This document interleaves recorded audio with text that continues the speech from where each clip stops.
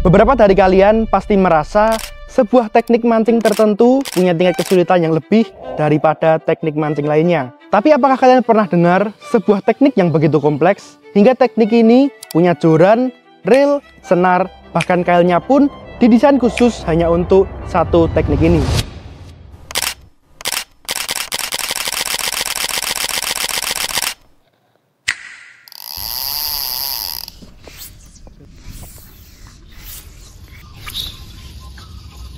Nggak semua orang tahu teknik fly fishing.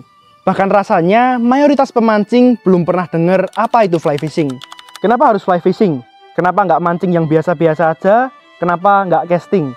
Buat orang yang sudah pernah mancing, bahkan yang sudah mendalami dalam dunia mancing, terutama dunia sport fishing, pasti memiliki rasa yang sama, di mana mancing itu nggak cari ikan, tapi cari sensasi dan cari momen dari mancing itu sendiri. Itulah kenapa semakin kesini, semakin banyak orang yang mancing pakai umpan-umpan artifisial seperti contohnya pakai lure. Lantas, apa bedanya? Apa bedanya dengan casting? Secara garis besar, fly fishing adalah salah satu teknik yang tergolong dalam kategori sport fishing. Tapi teknik ini mengharuskan memakai joran panjang yang fleksibel dan senar yang berat. Dengan perbedaan yang signifikan, teknik ini nggak melempar umpan, tapi melayangkan senar.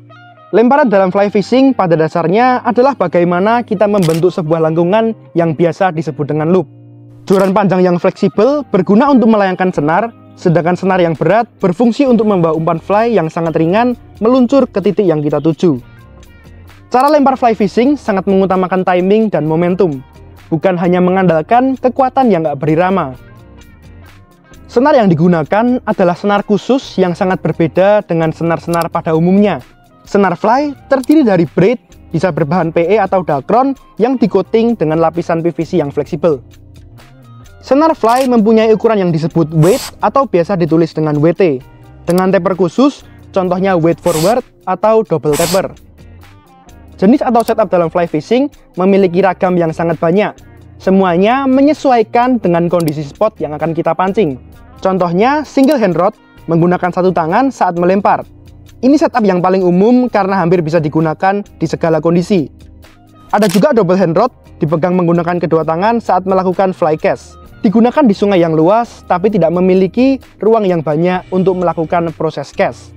Selain itu, ada juga fly rod yang spesifik hanya digunakan untuk style mancing tertentu. Contohnya Euro Nim rod yang didesain khusus untuk mancing dengan umpan nim.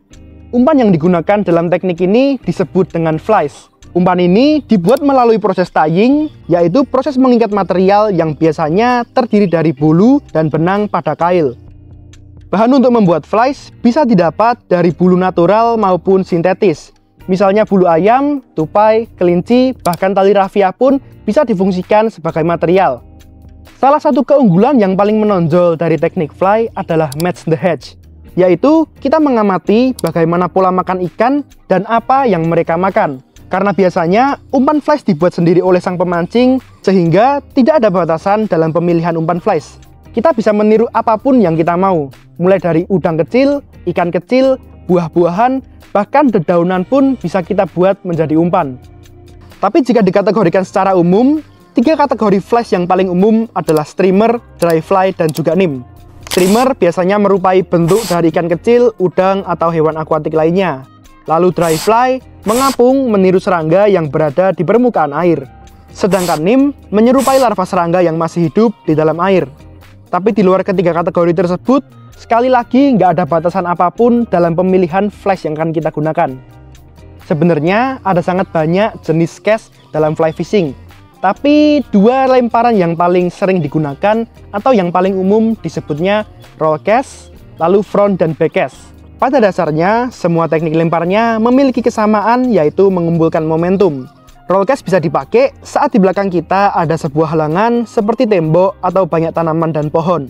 Sedangkan back cast sendiri dipakai untuk menjangkau area yang lebih luas dengan syarat memiliki ruang yang lebih besar. Dalam teknik fly, reel hanya berfungsi untuk menyimpan senar dan tidak berperan sama sekali dalam memainkan umpan. Sedangkan cara memainkan umpan fly sering disebut dengan stripping, yaitu menarik line dengan tangan yang tidak memegang joran, menyesuaikan pada kebutuhan gerakan yang kita inginkan dalam memainkan umpan. Beberapa teori yang kami bahas barusan adalah teori yang sangat umum, Jika kalian pengen yang lebih rinci, itu kalian bisa cek-cek dulu literasi, misalkan di Google atau secara online, dimanapun ada literasi. Dan kali ini kami berkesempatan untuk menemui Uncle Henry yang sudah berkeliling dunia dan memiliki segudang pengalaman dalam fly fishing selama puluhan tahun. Mumpung beliau baru ada di Surabaya, dengan kesempatan yang langka ini, nanti kami akan coba ngobrol-ngobrol dengan beliau.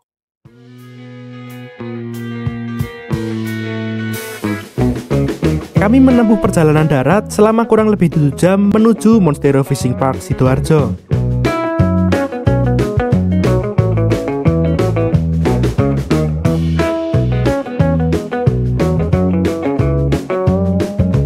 Pemberhentian pertama kami di Madiun. Ini sekarang kita baru makan pecel Madiun, pecel pincu. Sambil istirahat sebentar dan habis ini kita langsung lanjut perjalanan lagi. Mungkin sekitar 3 sampai 3 jam, 3-4 jam. 3,5 jam. Ya, 3,5 jam lagi. Itu sampai di Monstero langsung.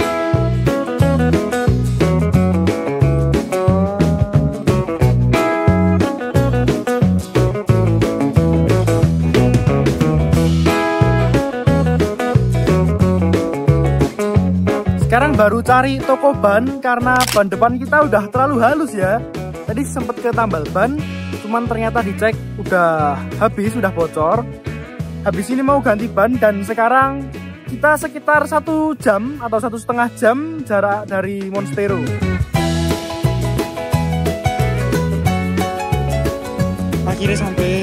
Akhirnya kami tiba di Monstero Fishing Park dengan selamat, walaupun melebihi ekspektasi waktu tempuh kami.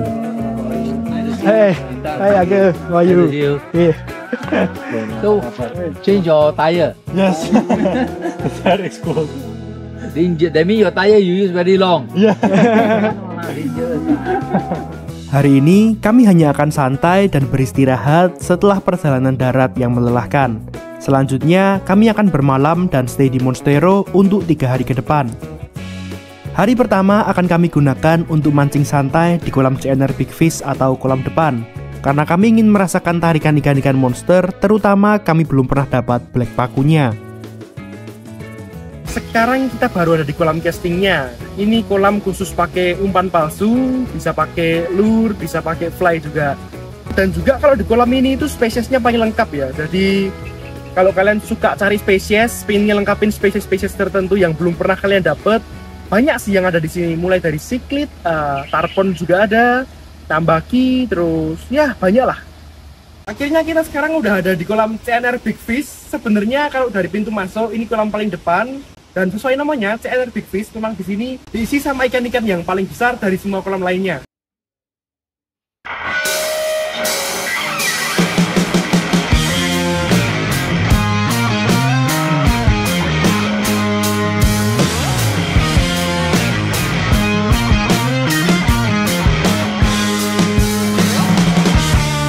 Lemparan pertama hari ini.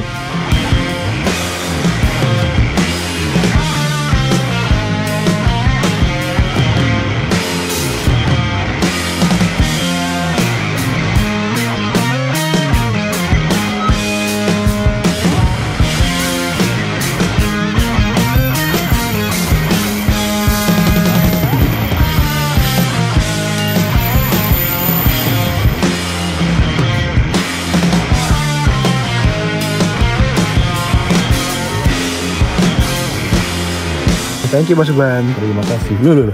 Pakai ini kan? Ini mau tuh cari ini. Wah, ikan pertama lah. Ikan pertama malah target utama. Lumayan lah saya. Oke, tapi gede lah. Ya, not bad. Wih, nggak masuk frame. Nah. Nih, ikan pertama. Pengennya dapat bawal dulu lah pemanasan, tapi saudaranya bawal ini yang makan. Nggak nolak lah ya. Nggak nolak lah, lebih bagus lah. Kalau bisa ini terus sehari mau. Oke, rilis ya. Wah, langsung lari. Hari pertama cukup menyenangkan, bermain-main dan bersantai di pinggir kolam sambil menikmati tarikan dari berbagai jenis ikan tidak akan pernah terasa membosankan. Tapi kami harus kembali istirahat dan bersiap untuk esok hari demi melanjutkan keseruan fly fishing bersama Uncle Henry dan teman-temannya dari Singapura. Lanjutin saya tadi, mah dipotong sih gitu kan. Pendek tidak apa? Pendek. Apalagi ada water jadi tidak ngaruh ya dari masa-masa. Ini apa? Wih, streamer. Hanya benar-benar biar ya. Pol. Pak, ini oke tipis kan? Ya. Oh iya.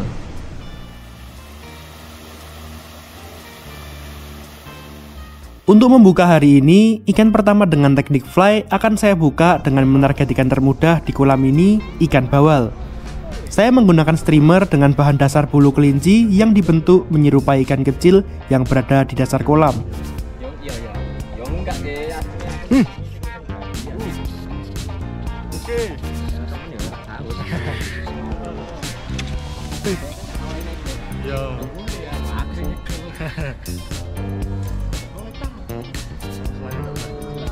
Oh.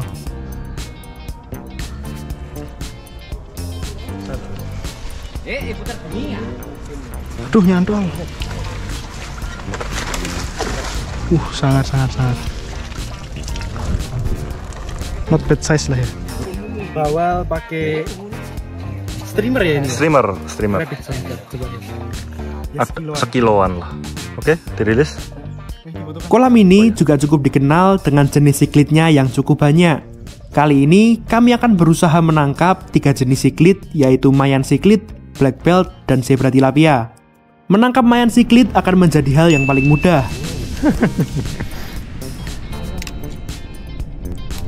Mayan siklit. Aduh. Sedangkan black belt berukuran besar akan menjadi tugas yang lebih susah. Untuk menarget suatu ikan, kita harus pintar membaca bagaimana kebiasaan ikan di masing-masing kolam. Sedangkan untuk siklit, pasti suka berada dekat dengan tempat persembunyiannya. Kebetulan kolam ini punya kontur batu yang cukup renggang, tempat yang sangat sempurna untuk menjadi sarang beberapa jenis siklit di kolam ini. Kaluka di sini mencoba menggunakan spider yang terbuat dari bulu ayam. Oke.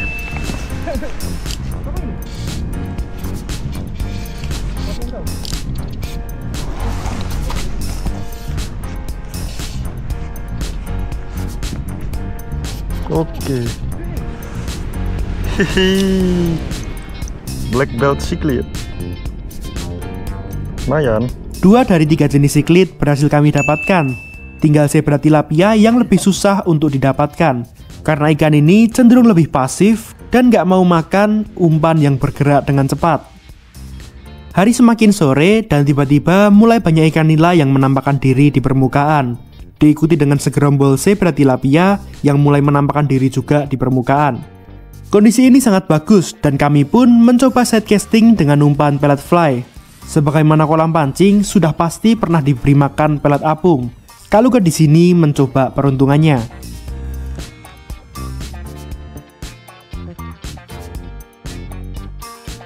Setelah percobaan yang lama, setidaknya untuk sementara kami harus mengakui kekalahan dari zebra tilapia.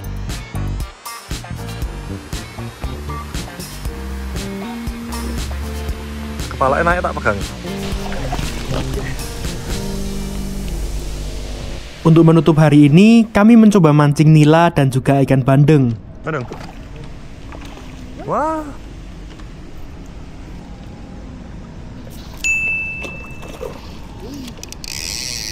Handle kanan ini.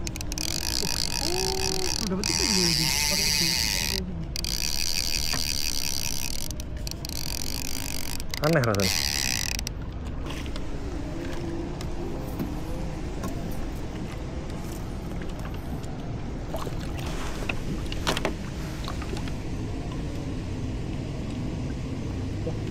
Oke. Ini adalah hari terakhir kami di Monstero Fishing Park. Selain nanti akan ngobrol dengan Uncle Henry, paling tidak kami harus berhasil menangkap zebra tilapia atau ikan unik lainnya. Ada sangat banyak pilihan, tapi semua ikan unik di sini nggak ada yang mudah. Jika dulu saya pernah dapat baramundi, RTC, GK, kali ini kemungkinan ikan yang akan saya target adalah arwana, jelawat, dan beberapa ikan pemakan serangga lainnya. Saya akan menggunakan NIM untuk flies andalan saya. Karena target saya adalah ikan pemakan serangga, maka flies ini sangat memenuhi kriteria yang saya butuhkan. Sesuai dengan kondisi alaminya, serangga akan lebih sering ditemui di tepi-tepi kolam, terutama dengan vegetasi di sekitarnya. Maka dari itu, saya akan fokus lemparnya hanya menyusur ke arah pinggir. Karena belum sesuai harapan, saya coba roll cast ke bagian tengah.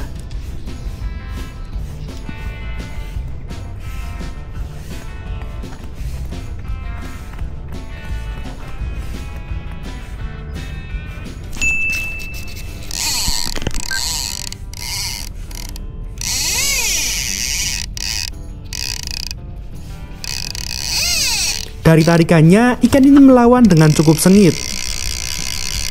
Ikan ini lari ke bawah dermaga sehingga saya meminta bantuan Mas Benny dan Kak Luke karena sangat penasaran dengan spesies apakah ini. Kak,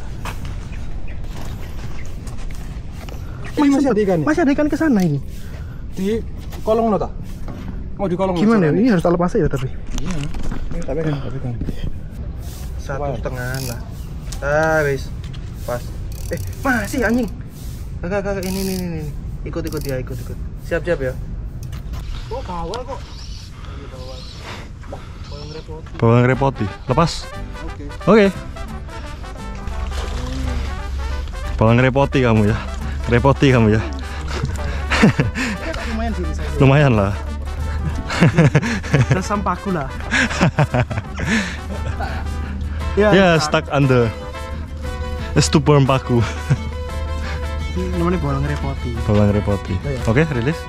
Ternyata hanya bawal yang usil sehingga kami meneruskan untuk cari ikan di pinggiran lagi.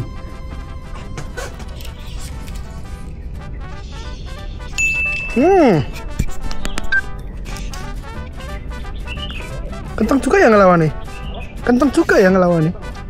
Oh. Black belt. Jika sebelumnya kami dapat black belt dengan warna yang agak pucat, beginilah penampakan black belt dewasa yang hampir mencapai ukuran maksimalnya. Gede sini. Garis hitam di sampingnya mulai terbentuk, sedangkan dagu hingga sirip ikan ini memiliki semburat gradasi warna merah dan biru. Sesaat setelah ikan ini saya lepas, saya coba cast ke pinggir lagi dan secara tiba-tiba ada sambaran ketika saya nggak siap. Oh, lumayan lagi tadi kamera ternyata. Oh. Baru nimping tadi aku lempar pinggir situ. Oh. Aku tadi mikirnya nyari siklit tuh, terus nggak tahu apa ini. Baru kan kemarin ada tuh ya, kayak bukan bawal ya. Pinggir banget tadi ini soalnya. Mau lari gitu. Semoga bukan bawal malahan. Cukup clean ya ini sebentar apa ini. Sebetulnya selawat. Siapa tahu. Tarbon enggak? Kata. Pas narko. Tapi bukan bawal sing ini. Jelas bukan bawal. Ekornya. Wih, tarbon. Oke.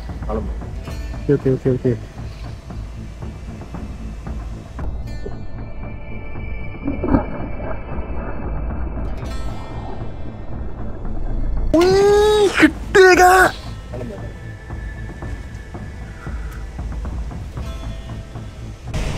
Gede asli. Tarbon.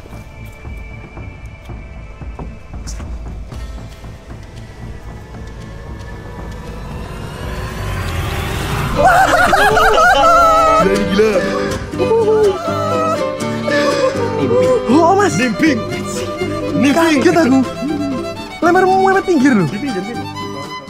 Ini menjadi tarbon pertama saya di Monstero. Tarbon pertama ini on nim tadi. Tentu saja ukurannya bukanlah ukuran yang kecil. Kayaknya tadi waktu nyamber nggak kerekam ya. Habis pas fight udah fight baru kerekam. Ini segera kita lepas aja karena takutnya nanti daripada ikannya mati. Tarbon sebenarnya adalah ikan yang sangat lemah. Jadi kita harus sangat berhati-hati dalam menghandle dan segera melepas ikan ini kembali. Jadi ketika saya berhasil melepas ikan ini dalam keadaan hidup, apalagi sehat, sangat membuat saya lega. Rasa puas dan adrenalinnya masih terasa ketika saya melihat ulang perlawanan dari ikan ini. Tapi tenang aja, kami akan tetap melunasi hutang zebra tilapia sebelumnya. Setelah mengelilingi kolam, sekali lagi kami mendapatkan kesempatan menemui segerombol zebra tilapia yang sedang aktif di permukaan. Kali ini kami lebih berhati-hati dan berhasil mendapatkan ikan ini. Oke. Ini belum sing besar ini. Belum. Tapi bagus.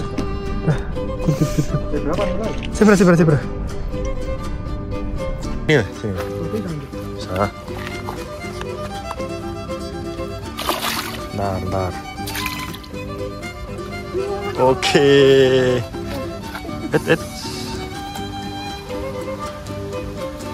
Gambar yang lain ini masih kecil teman, mantap sih. Zebra tilapia.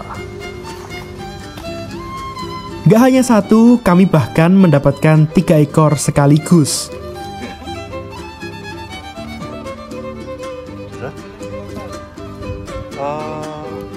Enak ya apa?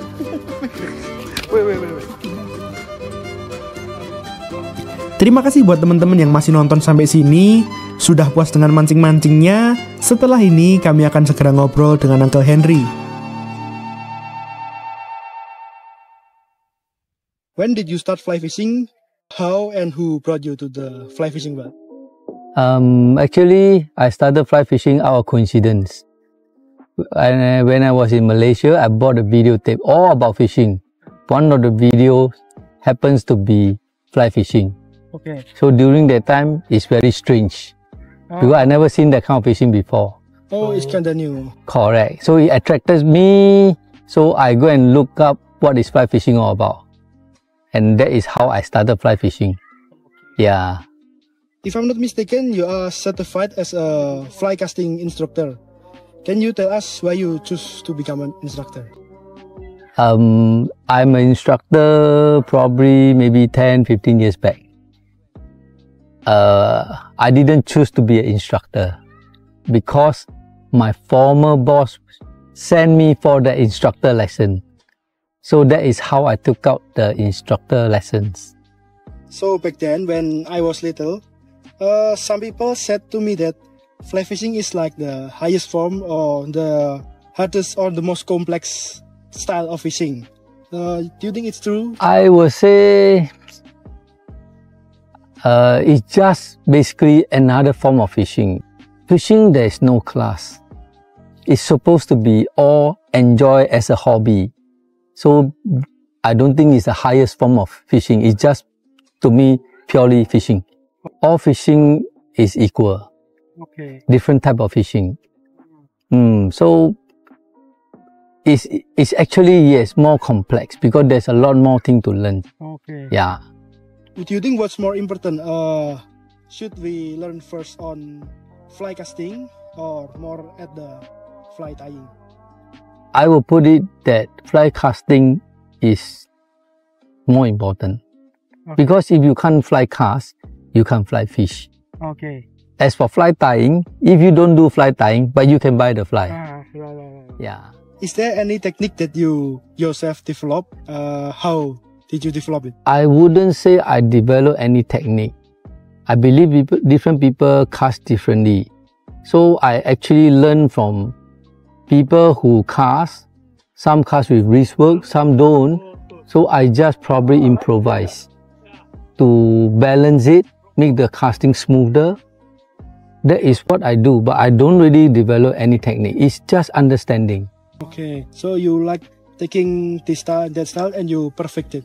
Correct. And it's also about how do we understand. Then you will develop your own technique. Nobody is the same. There is no right or wrong. As I said, as long when you cast, you form that loop. You may come up with any unorthodox way of technique, but the loop is still there. It's still your technique. So it's just a form of understanding how to load the rod. As for beginners, what are the common mistakes they do when they try to cast? If I were to put in fly casting, the common mistake itself actually is overpower. So when they overpower, they couldn't control it. So for example, they do a lot of wrist work, but doesn't mean you can't. You can, but you have to control the amount of power you put in. Basically, if you can make the loop, even with the maximum power, you are still not wrong. So there is only technique and control the rod, bending. That is the key. The technique itself, right, is just basically different casting style. The technique itself is about to understand how the rod flex and then balancing up with the line. These are more critical. But the casting style, the technique is basically all the same. I think every fishing techniques have their own trophy fish. On fly, what do you think is the most prestigious?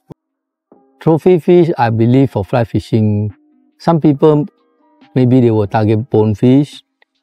Some may go for permit, some may go for tarpon. As for trophy fish, depends on what the guy prefer.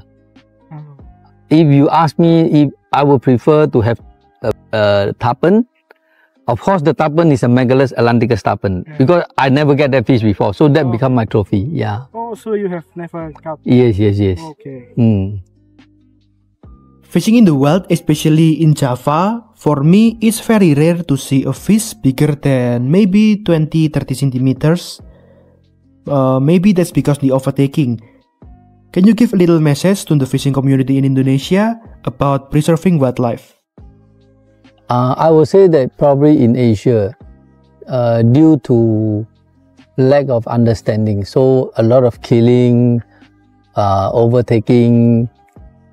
So in order to get a better place or to build up our ecosystem, so catch and release become important. But all these years, all these recent years, we do see that people start to do sport fishing. So most of the fish I do see, we start to learn and then we release. So hopefully, I don't know how many years, it will get better.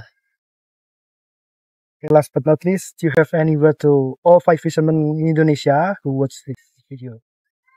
I just think that all fly fishermen should share the knowledge. It's not to showcase themselves, it's just to enjoy and share. Okay. Yeah, that's all. Thank you. Okay. Hey, you do. Super good. Okay. Jadi beginilah cerita pengalaman kami serta penjelasan teori singkat dari kami dan Uncle Henry. Sungguh pengalaman yang sangat berharga, bisa sharing dan bertemu dengan orang-orang seperti mereka. Saya ingin mengucapkan terima kasih kepada Mas Benny yang sudah menemani, terima kasih kepada Uncle Henry dan teman-temannya yang sudah berbagi ilmu dan menyempatkan waktunya. Gak lupa juga berterima kasih kepada Monstero yang sudah memberikan pengalaman yang tak terlupakan. Mungkin segini dulu video dari kami. Sampai ketemu lagi di video mancing-mancing berikutnya. Dadah!